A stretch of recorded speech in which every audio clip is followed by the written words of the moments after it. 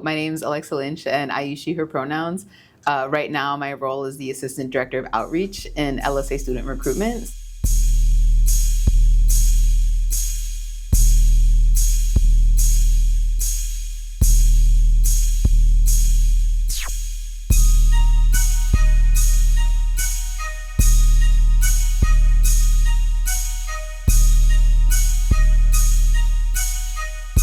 I was raised by an immigrant mother who had not gone to college. So I was born in the United States. My mom did not go to college, but my dad did. And so it was always ingrained in me and my siblings, and me being the eldest child of the family, was that I had to set the example, which meant going to college. And college only meant going to a 4-year school. After moving around quite a bit in the States, I actually went to high school in Mexico.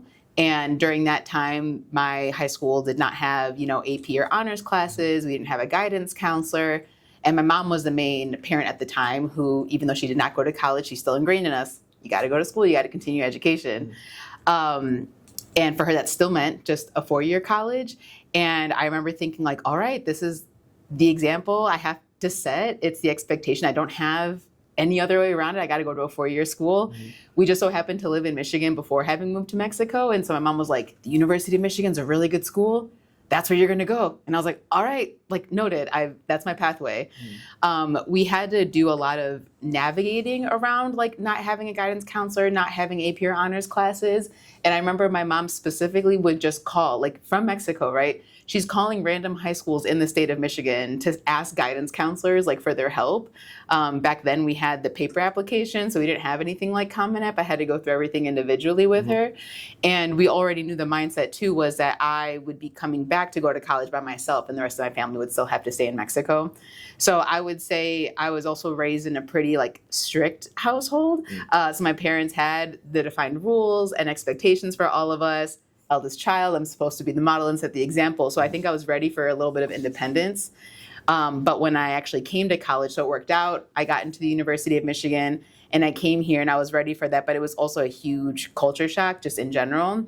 Leaving my family, being far from home. I didn't have a smartphone at the time, so I couldn't like call or FaceTime them. So I would say my journey was a little bit rocky in the start where right away I like failed a class. I didn't know that I could withdraw from classes. And so it was a big fat E on my transcript right away. And I didn't know what to make of that.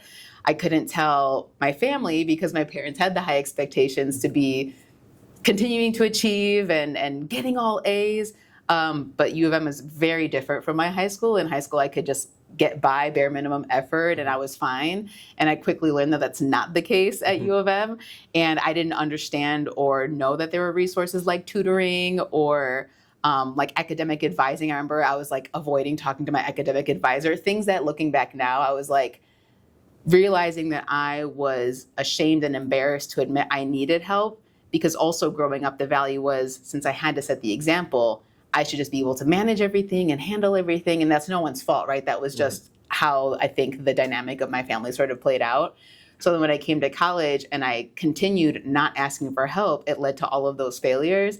And so I wanted to say, it was one of my friends who literally like pulled me out my dorm one day and was like, these are the things that we're going to go do to help you set up. Because I just thought, I'm just going to fail out and like not finish my education and I'll be one of those, just people that couldn't make it. And so I think I was lucky that I found people that were really like supportive of me and wanted to also see me do well and also say that it was okay that I don't have to do it all alone. So it really challenged me to be like vulnerable.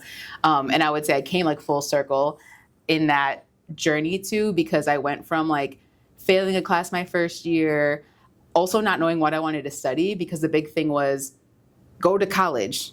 And I came to college and I was like, now what? Like, I didn't know my major. I had no idea what my passions or interests were and what I wanted to study because I was like, okay, well, I did the thing. And then it's like, okay, well, now there's more things. Right. And I had no idea how to navigate any of that.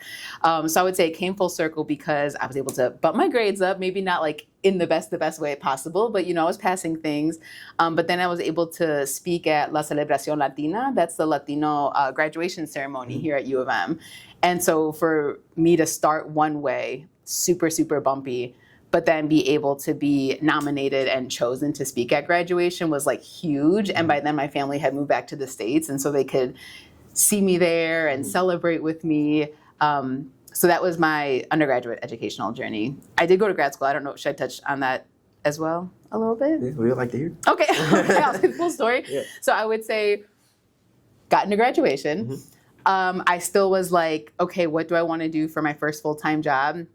I was lucky that I found what's called the Michigan College Advising Corps. So it's a group of recent grads who get to go to high schools throughout Michigan and be college advisors. So supporting the 12th grade students and figuring out where they want to go to college or any plans after high school.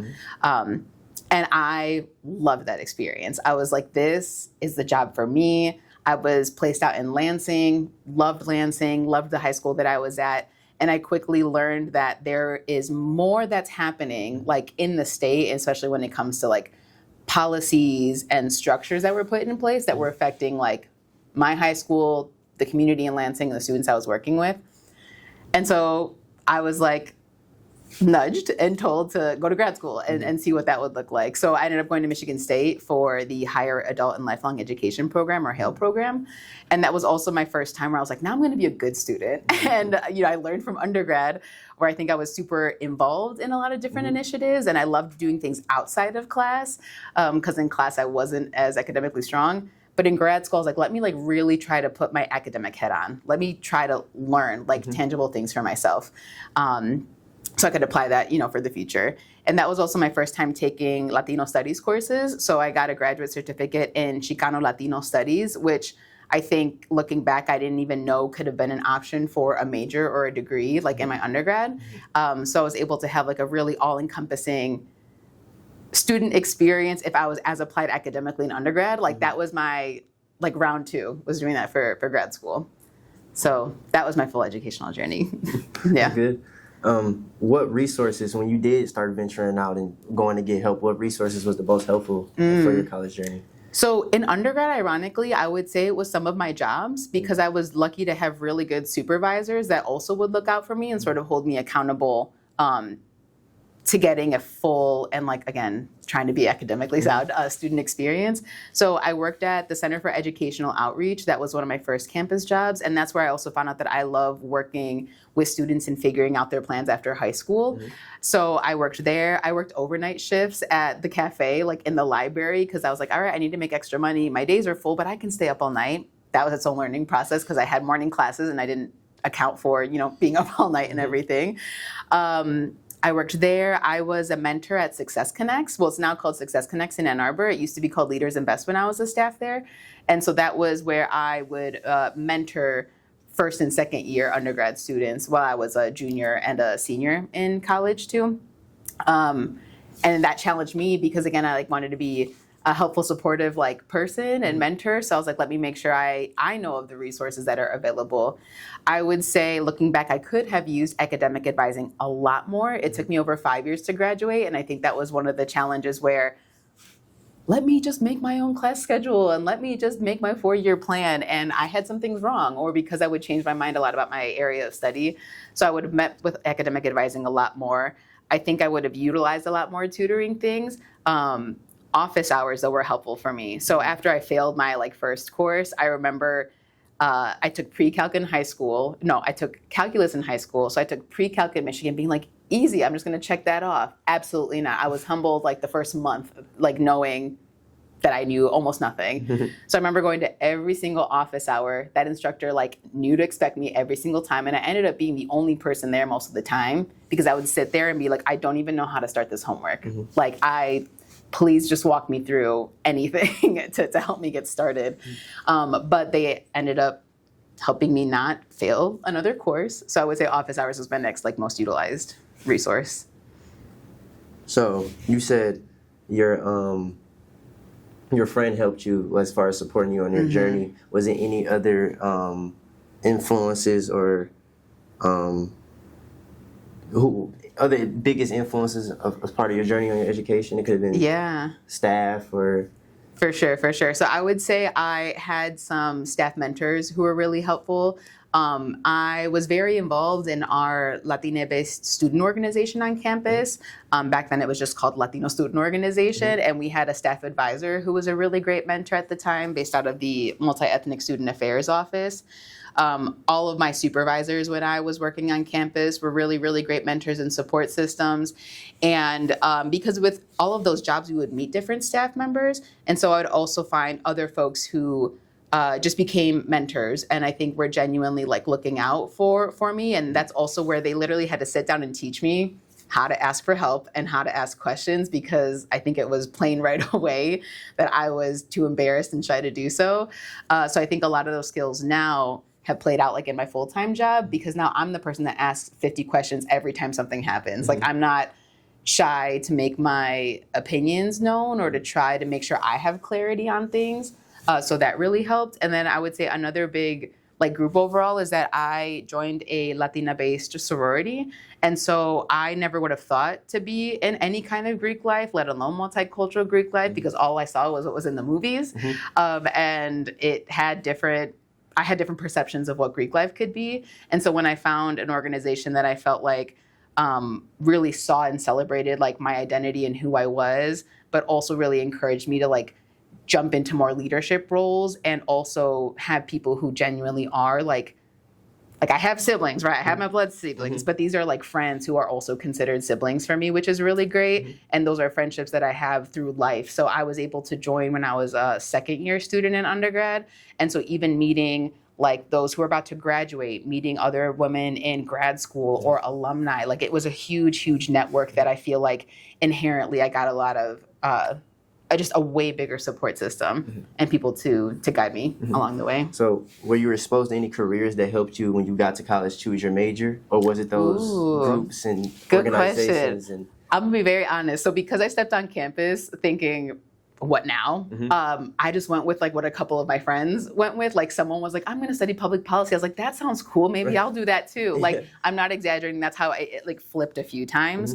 I would say working in the Center for Educational Outreach, that was the first time that someone had spoken to me and said like, hey, I'm noticing that you really like working with students on their college applications. Or when we would host students on campus for visits, I'm like talking to everybody. I was like, what questions do you have? Like, what's on your mind? Or they'd be like, I noticed that you love connecting, you know? Do you know that that's something that you could do for a career? Never would have thought about it. All I knew about a career in education was to be a teacher. And that was on the pathway that I was going to. So I actually ended up graduating with from the School of Education in English and Spanish. So I was on track to be a high school teacher because that's all I knew. And they were like, no, there's this like whole other realm and it's called higher education. It's called outreach. And I feel like that really was the time where I was like, this is what I'm like meant to do. And I'm lucky that that's the job that I get to do now also. So do you have any advice for undergrad students as far as their educational journey and just having problems choosing a major or not having those resources or even being scared to access those resources? For sure. I would say the first thing is like, it's okay to not have everything figured out right away. I think that from my experience and just like even through the years, I noticed a lot of like pressure to have it figured out. And it's okay to maybe like have that, but not have that be the overwhelming feeling, because you leave high school one way and there's so much learning and growth that happens when you're in college. It is a completely different world. And even if not a completely different world, it's a whole different experience for a lot of people.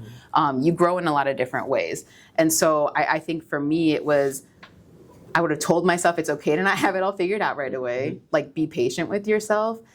And it's okay to not know everything. Like now I get to confidently say, there's no one who just wakes up and knows everything about everything. Like there's always space to learn more. There's always space to get a different perspective or see something new that you wouldn't have known about before. And so meet people, ask them what got them to where they are and hear some of their stories. And it's also okay to like be vulnerable. I think that I also had a mentor at one point tell me like 80% of the time, people are going to like step in and help you. But the 20% of that doubt of like, oh no, I'm like scared to ask, that's what stops most of us. And we're the ones blocking our own selves from getting to where we want to go. Or just being guided. You know, it's harder to do things by yourself.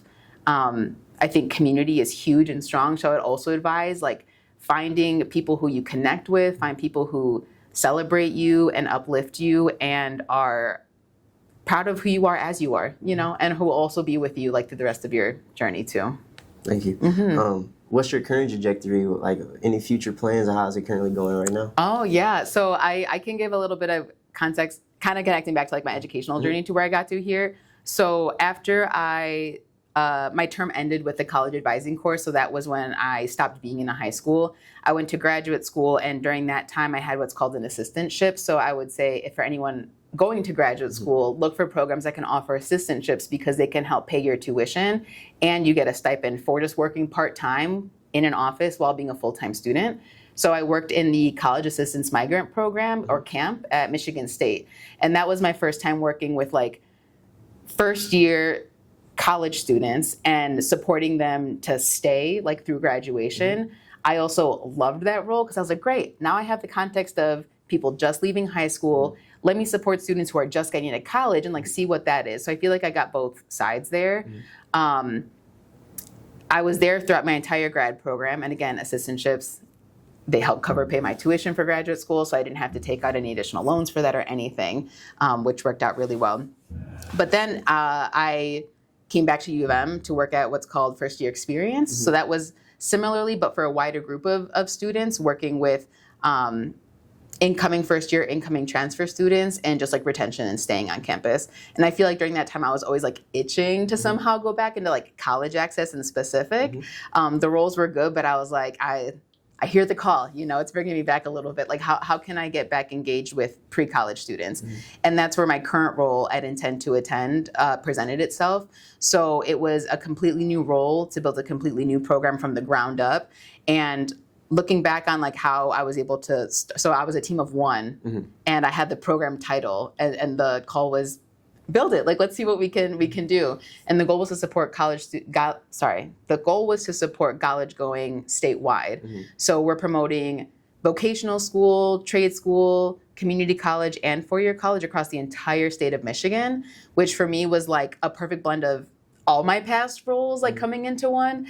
And so now I'm able to say like, I've been in this role for about 4 years now. So I have been able to like build a full team. We have a full program. We're reaching communities throughout the state to just encourage students to continue pursuing their education. The biggest stat that was always shocking to me was that the state of Michigan is ranked 41st when it comes to college going. So nationwide, we're a bit on the lower end of not all adults like having some kind of post-secondary education. And as a state, the goal is that 60% of adults in Michigan would have some kind of credential by the year 2030. And right now we're at like 51%. And so for me, I feel like that's the mission is just to continue showing students their options, their opportunities, and that they don't feel like there are limitations based on maybe current circumstances that they have. But there's a lot more out there and available if that is the direction that they want to take. And whatever direction they want to take is like we would support them on that. So I feel like when that's the full context of like where I'm at now. And I feel like for the future is I want to continue building the program out a lot more. We haven't reached the entire state yet, but that's like in the works. And I just know how transformative continuing my education was for me, for my family. Like for context as well, my mom is from Ecuador and she's the only person of her family to come to the States. And then I'm the first like grandchild of that whole side of the family to actually go to college. And so even like having various generations maybe not achieve that, and granted it's a different context being in the States, but like that's something that my whole family, I remember when I graduated, like just how proud they were, and some folks saying, you know, like I'm going to try to go back to school or I'm going to try to figure out X, Y, Z. So it's always beyond like me. And I'm grateful for that because I do have a family and support system and communities that support me through all of that. And I hope that my current like team with Intend to Attend is that we can just continue escalating that, you know, over the years too. So going to a 4-year was the only thing that was told, as talked about. Yeah. So when you got to work in the community college areas, how did that make you feel? Did you see any differences between the two institutions? For sure. Yeah. So there's definitely differences. And I think the biggest thing is like how students are hearing about the opportunities. Because I think that different types of education work really well for different students depending on their goals, what they need as far as like support goes. So they are different, and I feel like for some students, a community college just makes the most sense if they're like, hey, I'm just trying to like join the workforce really quick, or I need something that's more local and close to home. Like there's a lot of opportunities there. Whereas 4 years offer different opportunities for students who want something different. And same with vocational, technical and trade school too. So I'm grateful to have like learned about that. And I think that's also why now I'm like, there are options, plural. Like there is not one pathway, and the only right pathway is what feels right for you. There's no one who can tell you what's right or wrong, and you know yourself best. So just having enough confidence that you're picking the path that feels best for your future goals.